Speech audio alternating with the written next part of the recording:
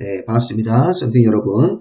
자, 이번 시간부터는 그 주택법에 대한 내용들을 정리해 보도록 하겠습니다. 주택법의 핵심 내용하고 또 관련된 기출문제 풀면서 주택법을 이렇게 하나씩 짧게 5분 안쪽으로 정리하다 보면 이거 가지고 문제를 푸셔도 될 수 있게끔 이제 강의를 만들어서 여러분들 복습할 수 있게 학원 끝난 다음에 복습 이거 가지고 하시면 효율적으로 하실 수 있을 거라는 믿음으로 하나씩 강의를 만들어서 올리도록 하겠습니다. 자, 일단 주택법에서는 이 용어 정리에서 보통 두 문제까지 나올 수 있습니다. 자, 첫 번째 용어가 단독주택, 공동주택이라는 용어가 있습니다.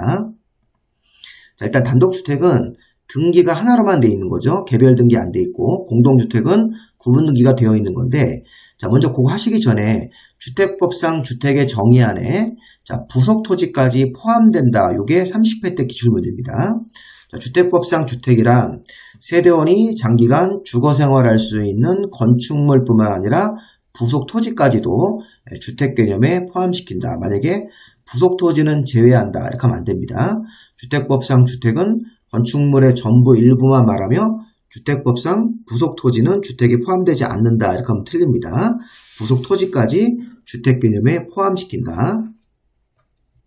자, 그리고 이제 주택을 분류를 할 때, 자, 구분 등기 안 되어 있는 것들은 단독주택이고, 구분 등기 되어 있는 것은 공동주택입니다.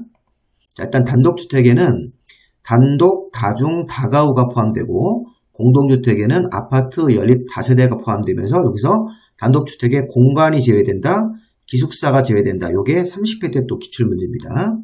자, 일단 구분 등기 안 되어 있는 단독주택이라는 범위 안에는 한 세대가 거주하는 단독, 그 다음에 다중주택, 다가구주택은 두 개로 우리 원룸이라고 생각하시면 돼요. 원룸.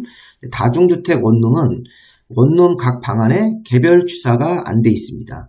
근데 다가구 원룸은 원룸인데 개별 취사가 되어 있는 형태. 그래서 다중과 다가구는 그런 차이점을 인식하시면 돼요.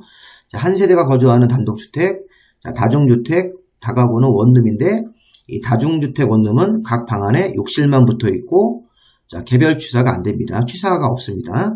다가구 주택은 욕실과 취사가 방 안에 각각 구성되어 있는 형태가 다가구 원룸인데 얘네들은 구분 등기 안 돼 있으므로 단독주택으로 포함된다. 자, 아파트, 연립, 다세대, 주택으로 쓰는 층이 5개 이상이면 아파트, 주택으로 쓰는 층이 4개 이하로 구성되어 있으면 연립이나 다세대죠. 그런데 우리가 아파트, 연립, 다세대는 각 호수별로 개별 등기 되어 있으니까 공동주택이고 요게 기숙사는 제외입니다. 참고로 우리가 건축법상 단독주택은 요 공간까지 포함합니다. 자, 건축법상 단독주택에는 요 4가지가 모두 포함되는데 주택법상 단독주택은 공간을 제외하고 요 3개만 포함시켜야 됩니다. 또 건축법상 공동주택에는 기숙사까지 포함시키는데 자, 주택법상 공동주택에는 기숙사는 제외하고 아파트, 연립, 다세대까지만 주택법상 공동주택이 되는 것입니다. 자, 우리 조금 추가적인 내용을 보시면 아까 다중주택은 제가 원룸인데 개별 취사가 안 되는 거예요. 자, 다중주택의 특징은 학생 등이 거주할 수 있는 방이 여러 개가 있고 이런 식으로 독립된 주거 형태가 아니다. 여기 지금 다중주택 사진인데 여기 이제 이렇게 창이 나 있는 부분들이 각각 다 주거용 공간으로 원룸인데 자, 학생 등이 거주하는 원룸이 여러 개가 있는데 독립된 주거 형태가 아니니까 여기 이 한 층의 평면들을 보면 공동주방을 쓰는 거지 각 방마다 취사가 없습니다. 대신 이제 화장실과 욕실은 이렇게 붙어 있는 거죠. 그래서 이렇게 방 안에 취사가 들어가 있으면 다가구 원룸인데 이 다중주택 원룸은 방 안에 욕실, 화장실만 있고 개별 취사 안 된다. 그럼 공동주방으로만 써야 되는 구조. 그래서 학생 등이 거주하는 방이 여러 개가 있고 독립된 주거 형태가 아니니까 각 박실별로 욕실은 설치되지만 개별 취사 금지되는 원룸. 자, 그러면서 주택으로 쓰는 한 개 동 전체 주택으로 쓰는 면적이 662하고 면적의 합계가 주택으로 쓰는 층은 3개 층 이하 이렇게. 자, 그러면 다가구 주택의 사진을 보시면 근데 다가구 요거는 1층을 주차장으로 만들었네요. 그러면 다가구하고 다중하고 공통점이 662하 3개 층 이하입니다. 요거 공통점이에요. 3번 같은 경우하고 다중주택의 3번은 공통점이니까 요 분홍색은 차이점입니다. 그래서 여기 보면 주택으로 쓰는 층이 3개 층 이하 1층은 주차장이니까 요건 제외하고 주택으로 사용되는 층이 3개 그 다음에 다중주택은 1층부터 주거용으로 냈으니까 요런 식으로 3개 층 이하 그러면서 662하 662하는 다가구도 공통점이네요. 한 동에 한 동에서 주택으로 쓰는 면적의 합계가 660이야, 3개층이야. 그러면 3번은 다중하고 공통점인데 차이점. 자, 개별 취사가 가능하다. 자, 다가구 원룸은 이 원룸 안에 한 호수에 들어와서 취사도 있고 욕실도 붙어 있는 형태의 원룸이면 다가구 원룸으로 분류하는 겁니다. 자, 또 하나 차이점은 19세대 이하라는 제한이 있어요. 다중주택은 19세대 이하라는 말은 없는데 이 다가구 원룸은 이 원룸 자체가 19세대 이하 이렇게 구성을 해야 됩니다. 그래서 이제 다중과 다가구는 둘 다 단독주택인데 자, 다가구는 19세대 이하 각 실별로, 각 호수별로 개별 취사까지 가능하다. 그러면서 660 이하, 3개층 이하로 구성하는 것. 다중주택 원룸은 19세대 이하라는 말은 없어요. 그러면서 독립된 주거 형태가 아니니까 개별 취사 설치 금지. 그 다음에 이제 660 이하, 3개층 이하라는 요 3번 조건은 다가구 다중이 공통 요건이다. 공통점으로. 분홍색은 차이점, 하얀색은 공통점으로 해서 다중주택하고 다가구주택을 정리를 하시기 바랍니다. 우리 수험생 여러분들이 다중과 다가구를 구별을 못합니다. 이거를. 그리고 좀 제가 좀 어려웠지만 이런 내용들을 한번 설명을 해봤으니까 좀 보시고. 자, 아파트 연립 다세대는 건축법상 정의랑 같으니까 아파트 주택으로 쓰는 층이 5개 층 이상으로 나오는 거. 그럼 주택으로 쓰는 층이 4개 층 이하면 연립이나 다세대인데 네. 근데 주택으로 쓰는 면적의 합계가 660 초과하고 4개 층 이하면 연립.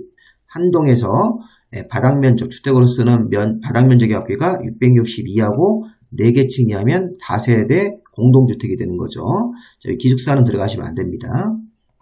자, 추가로 29회 때 좀 어려운 문제가 하나 있었는데, 자, 이 공동주택 아파트 연립 다세대의 전용 면적을 계산할 때, 이 세대별로 전용 면적을 계산할 때, 전용 면적 계산할 때는 주택법에서는 외벽의 내부선을 가지고 전용 면적을 재는 겁니다. 자, 중심선을 가지고 면적을 잴 때는 건축법이고, 주택법에서는 이렇게 외벽의 내부선을 기준으로 전용 면적을 잴 때, 전용 면적은 우리 주민들이 실제 자기 공간으로 사용하는 전용 면적이 있으면 공용 면적은 다 빼야 되는 거죠. 자, 복도, 계단, 현관 같은 지상의 공용 면적 부분을 제외하고, 그리고 그다음에 2번, 지하층과 관리사무소 같은 그 밖의 공용 면적도 제외해서 전용 면적을 산정한다. 자, 29의 시험 문제가 뭐냐면, 주택법상 공동주택 전용 면적을 산정할 때, 자, 복도만 제외하고 전용 면적을 산정한다. 이렇게 문제를 냈습니다. 자, 복도만 제외되는 게 아니죠. 복도, 계단, 현관 같은 지상에 있는 공용 면적을 다 제외하고 또 지하에 있는 지하층, 관리사무소 같은 것들도 공용 면적으로 인정했는데 이것도 제외를 해야 되는 겁니다. 이런 것들을 모두 제외해서 전용 면적을 산정한다. 내용 하나 보도록 하겠습니다. 자, 우리가 공동주택의 아파트 연립 다세대가 있었는데, 자, 아파트 연립은 주택으로 쓰는 층을 따질 때, 주택으로 쓰는 층이 5개 층 이상이면 아파트, 주택으로 쓰는 층이 4개 이하면 연립이죠. 자, 이거를 따질 때, 자, 아파트는 또 연립은 2개는 1층 전부를 주차장으로 사용을 해야 됩니다. 그러면 1층을 주택으로 쓰는 층에서 제외하고 2층부터 주택으로 쓰는 층을 따지는 겁니다. 이렇게 따지셔야 됩니다. 건축법에 나오는 내용이고, 자, 다세대 주택은 1층의 전부나 일부를 주차장으로 쓰고, 자, 다세대 주택 같은 경우는 1층의 전부를 주차장으로 써도 되고, 1층의 일부, 반만 주차장을 쓰고, 나머지 반은 주거 외 용도인 상가 용도로 썼을 때도 해당되는 1층을 주택으로 쓰는 층에서 제외를 해주는 겁니다. 자, 이 말의 의미는 다세대 주택이 훨씬 더 유리하다는 거예요.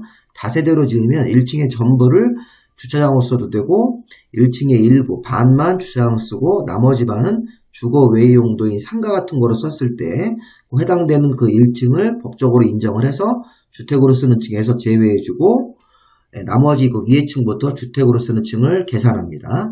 근데 아파트 연립 같은 경우는 1층 전체를 주차장으로 써야 됩니다. 일부만 주차장으로 쓰면 안 됩니다. 연립 같은 경우나 아파트는 그렇게 해서 주택으로 쓰는 층을 따진다. 이렇게 한번 보시고, 자, 관련 문제 한번 보겠습니다. 자, 이게 29회 때 문제인데, 주택법상 정의에 따를 때, 주택법상 주택은 단독주택 3개, 공동주택 3개만 주택입니다. 해당되지 않는 것을 모두 고르시오. 자, 다가구 주택은 요 층은 별로 의미가 없습니다. 다가구 주택 같은 경우는 주택으로 쓰는 층이 3개 층 이하인데, 요 다가구는 단독주택이라는 거에 들어가는 거죠. 자, 공간은 단독주택에서 제외됐습니다. 자, 다세대 주택은 공동주택에 들어가요. 기숙사는 공동주택에서 제외했습니다. 아까.